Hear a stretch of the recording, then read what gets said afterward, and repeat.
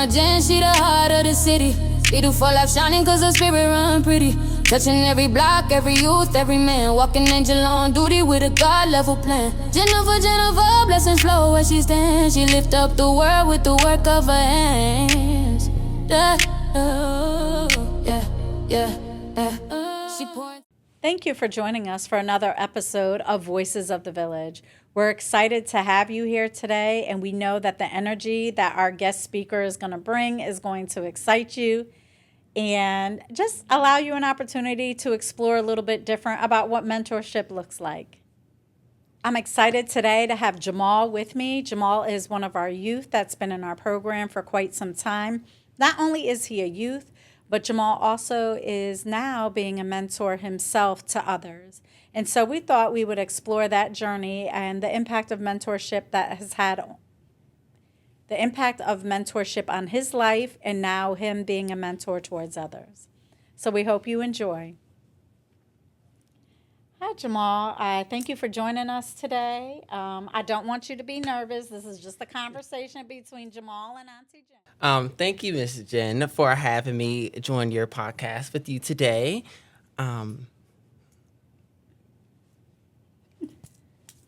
There's no cutting. We're good, Jamal. There's no cutting. We're good. So this is just an informal conversation, okay, Jamal, that we're going to have. So I know you're a little bit nervous, but think about all the Marvel movies and the Marvel world that you live in. I can be some type of goddess right now interviewing you and your character that you choose to be in Marvel. Okay. But just, be yourself. That's all that we ask, is that you be yourself and you're genuine with your responses. Will do.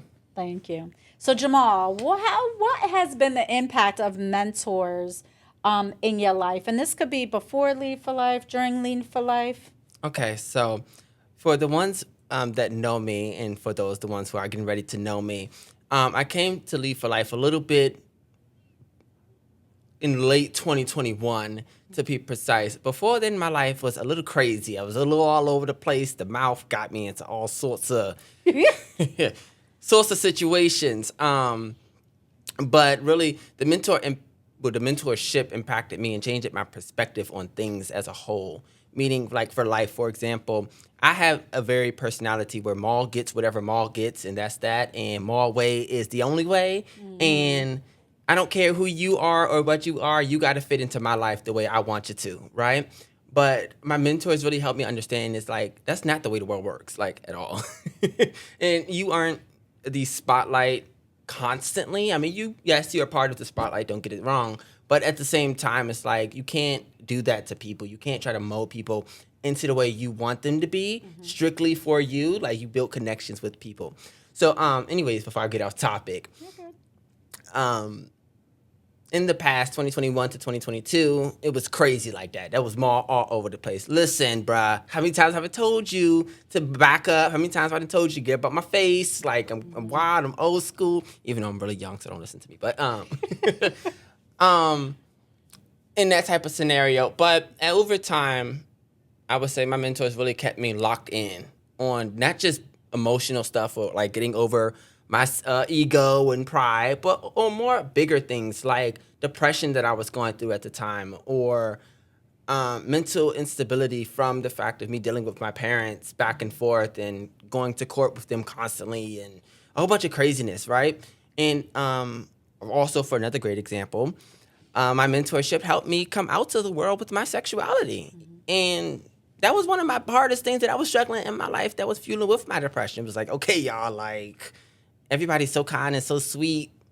Is this a trap? Is this a trick? It's just a setup. Like, those are some of the first things that went through my head from being in care for so long. When you're introduced to a program and people are automatically nice to you, your first level or your first reaction is suspicion. Like, wait a minute, what they want? Is this real? Do they really just want to be nice to me or want to help because they want to help? Or do they want to help because they want something in return, right? So at first it was very, I don't know you like that, bro. Don't be coming over here trying to give me no hugs, no daps. But hey, bye. But over time, I really found out that it's more of a family thing. Like, in the way, like, for example, the way family gets into arguments, right? Everybody knows me. I could go in an argument for days after days can. after days. I can go back and forth with you until your shift is over, right? But when you and your brother gets into an argument, yeah, you guys fight at first. But then you guys have that moment when you guys come to common ground. Think of it as a little mediation, if you will, right? When you sit down and you talk about your issues, talk about who did what to what pissed this person off, and at the end of it, you guys see each other where you stand and build from that, right? Meaning not just carry it and drag it on later or use it as a receipt for, remember that time where I got back at you and yeah, like, but more so to like really learn from that mistake and learn how that impacts on everybody else, right? Just stay with me. Well, my entire mentorship has been that entire lesson right then and there, like really just learning over time, slowly and surely, that if you want people to treat you a certain way, you need to start treating them that way as well. And that even though you've been through hard times in your life and struggle and pain, doesn't mean you have to be the only person that goes through that pain by yourself. Like, you know what I'm saying? Like, you have people in the world who are willing, who don't know you at all, who don't know what you've been through or what you're capable of in any sense, that are willing to be like, you know what, bruh? I got you, Brody. I'm willing to rock whatever this craziness out, even if I get whiplash in the back for fooling with you. I'm willing to go there. So, yeah. Okay. So what is the one life lesson that you have received? So I know you just mentioned, like, you know, bringing your understanding for disagreements and stuff to another level and bringing it to a level of, this isn't just about me, you know, we can come to a common ground and still love on each other, you know, having this area where we may disagree. But what is a life lesson that you had to learn as you were trying to go back and mentor youth that are coming into the program? Because that's really been an important role for you. Yes, it has, and I thank you for that opportunity. One of the biggest impacts, I would say, is learning that self-strength is one of the most powerful forms of strength that you will ever have on this planet, right? So I know a lot of people say, well, how can you be kind to someone else if you're not kind to yourself first, right? But I have a bigger question that I had to learn for myself as well. How are you expected to grow and succeed in life if you're not willing or believing that you have the strength to continue on ahead, if that makes sense, right? So for me in the past, I'm going to just give a 5-second short rant right quick. For example, with that, everybody knows I'm big on Marvel. I love my superheroes. I love my Venom, my Batman, my Wonder Woman, even my Superman, right? But sometimes I had a hard time understanding the difference between reality and my superhero world, right?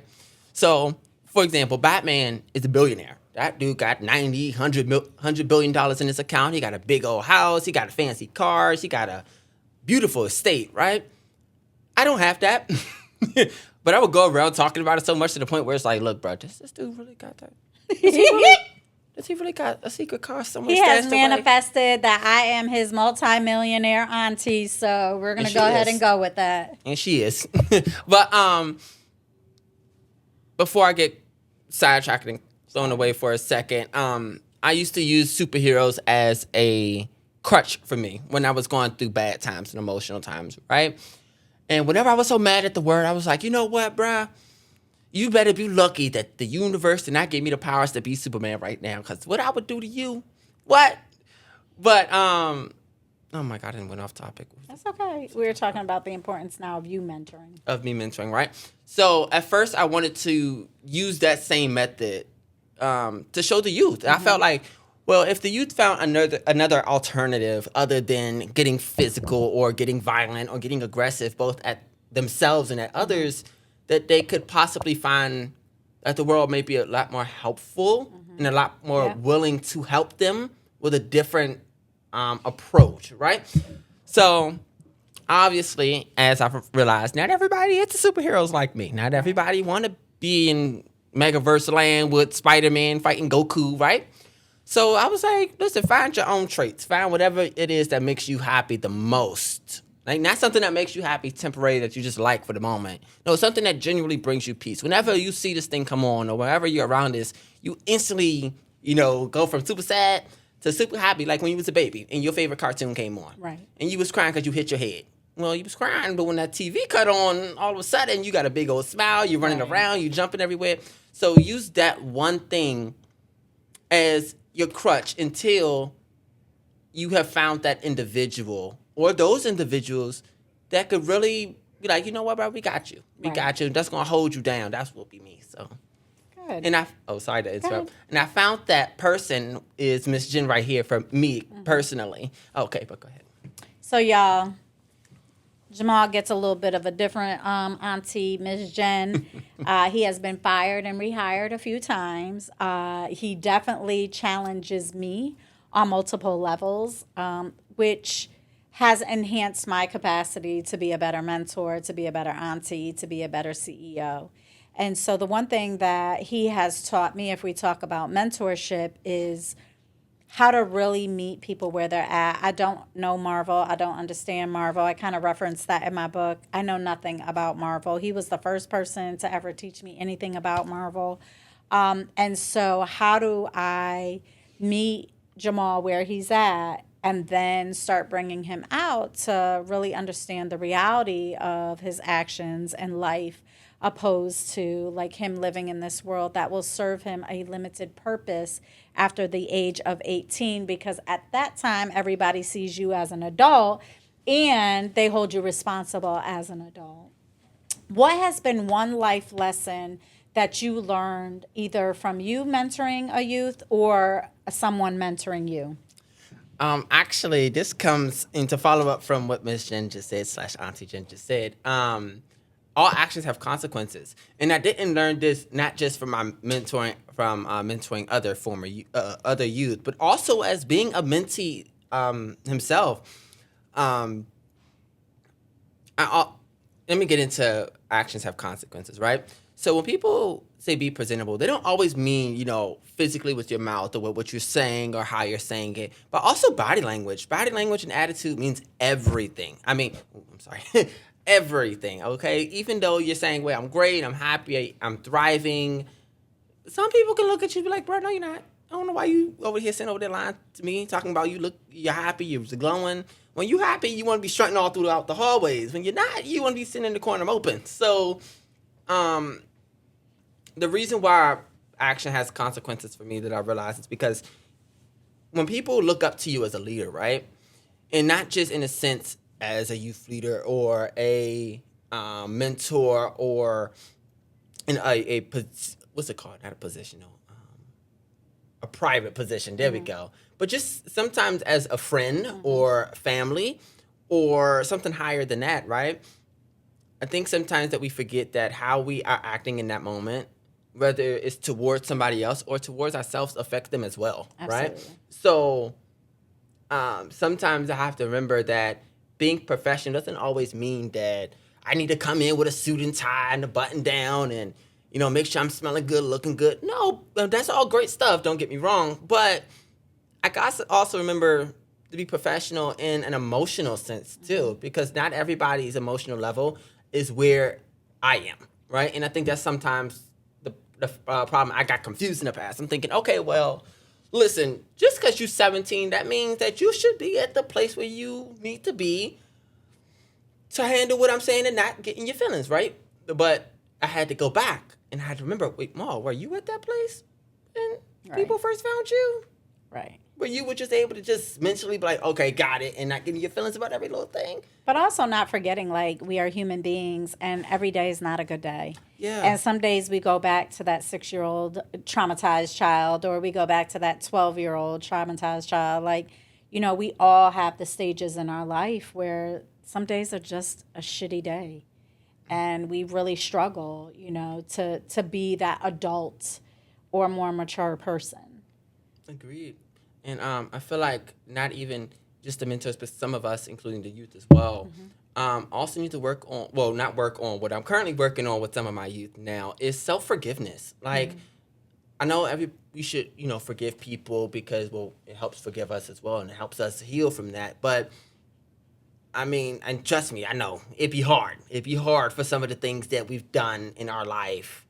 Just be like, Ma, I forgive Ma for doing that. You know what I'm saying? It'd be challenging, and some things stay on your mind every day, right? And it never goes away. And trust me, I know better than some.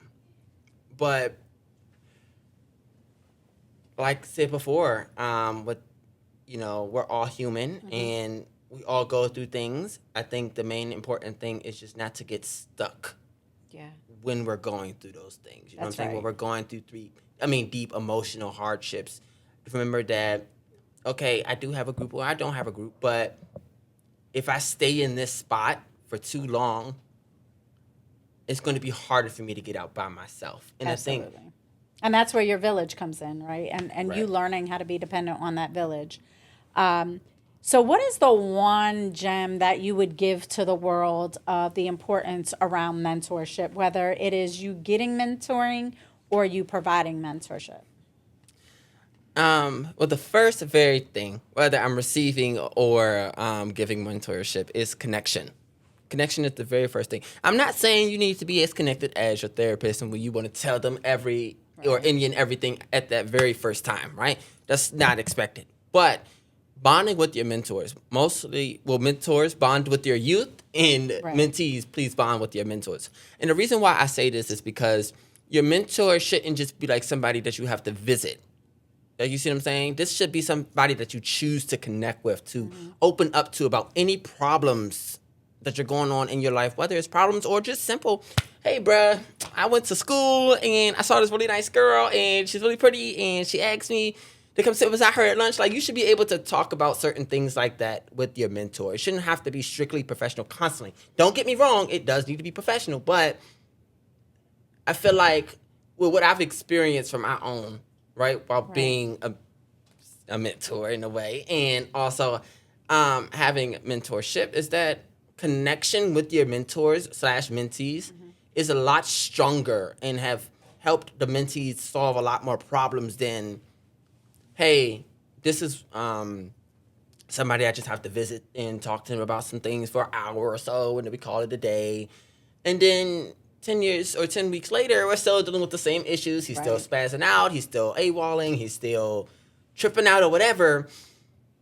And I just feel like if people had that one or two people or individual period that they could really lean on more so, not more so just as a crush, but more so to really just lean on in depth, really. So that was the first main gem, is not connecting more so on like private, but to understand what each other has been through.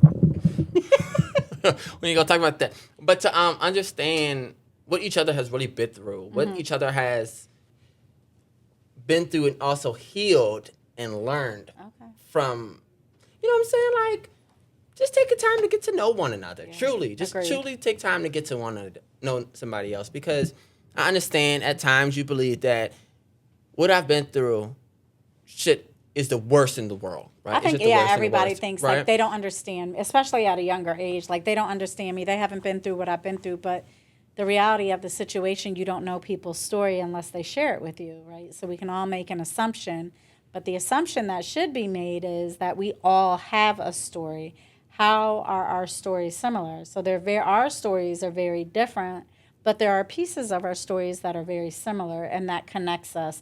I have nothing to talk to you about in the Marvel world. I really don't hear it. You talk about it, goes in one ear and out the other, to where another mentor can absorb all of it. But there are parts of you that I understand and that I'm able to relate to that mentor who is all into Marvel as well may not have. And so that's really important also, to give your mentor an opportunity to see how you can build. Like, I'm a short white woman. What could she possibly have, that is similar to me? And until we had the opportunity to build on that relationship, you were able to see. All you knew was I was a white woman coming in there with a bag like, yo, let's get this room cleaned up. And then from there, we've been building for 4 years. Yes, we have. And let me tell you something. And good, bad, and ugly. Trust me. He gets fussed out, cussed out, and he tries to get a little attitude back often. So the important thing is, though, we're able to walk away and still come back together and build on that relationship. 100%. You want to finish up? Yeah. Give a last word. Yep. We definitely have been going through with these last 4 years and excelling beyond imagination. I think a little bit on both of our ends, if I can Absolutely. be honest. For starters, if it wasn't for Lead for Life, I don't know where I'd be right now. I'm not even gonna lie to you. If it wasn't for my mentors, I don't know. I truly don't know, right? But my mentors have helped me to achieve some things that I didn't think was possible, or at least that I didn't think that I could do. Like, for starters, I am officially the first person in my biological family to have graduated with a high school diploma. Beautiful. Like, Yes. I didn't think that was going to happen. I didn't think I was going to graduate. I thought I was just going to be like my parents and fall out maybe around the 9th grade, give or take. But let me tell you one thing about Miss Jen. She hit that phone up. She said, "You're going to school. You're going to school." And I'm like, you know what? I don't really feel like it. She's like, "I don't care. You're going to school." So I definitely owe it all to them. But if I could give one big piece of advice for anybody, both mentor and mentee, is to definitely don't be afraid to connect and understand where each other stand at, both on extreme situations and mild situations, right? Like mutual respect for one another. I feel like I agree. I feel like a lot of issues that I have even presented off as a youth in the past myself is that we as youth feel like, okay, we're a child, so nothing crazy in the world is going to happen, right? Because somebody's always going to be there to protect us. Somebody's always going to be there to help us. Somebody's always going to be there to give that hand, right? But Wrap it up, Jamal. Long story short, just don't burn bridges. Thank you, Jamal, for this opportunity. Jamal got a lot of thoughts, y'all. And you will see him on multiple platforms, I am sure. But Jamal, we thank you for this opportunity. I thank you for sitting here with me and chatting it up with me just about what mentorship means. And the one thing that I will walk away with is, out of our conversation, is that our goal and the reason why I started Lead for Life is breaking generational cycles. And I reference some of that in my book, but I think it's really important, and you said it here. You have broken a generational cycle, and you are the first to graduate. And so that is the first of many steps moving forward of what you're trying to do to go ahead and make sure that these barriers that were in your family no longer exist. So I want to acknowledge you for that. I thank you for giving that to me as well as the world. And I appreciate and value my time with you. Of course, thank you. And I value my time with you as well, Ms. Jen. I thank you for adding me a part of your podcast. Absolutely. And I thank you for all of you guys for sitting down with us. Thank you, Jamal. Thank you.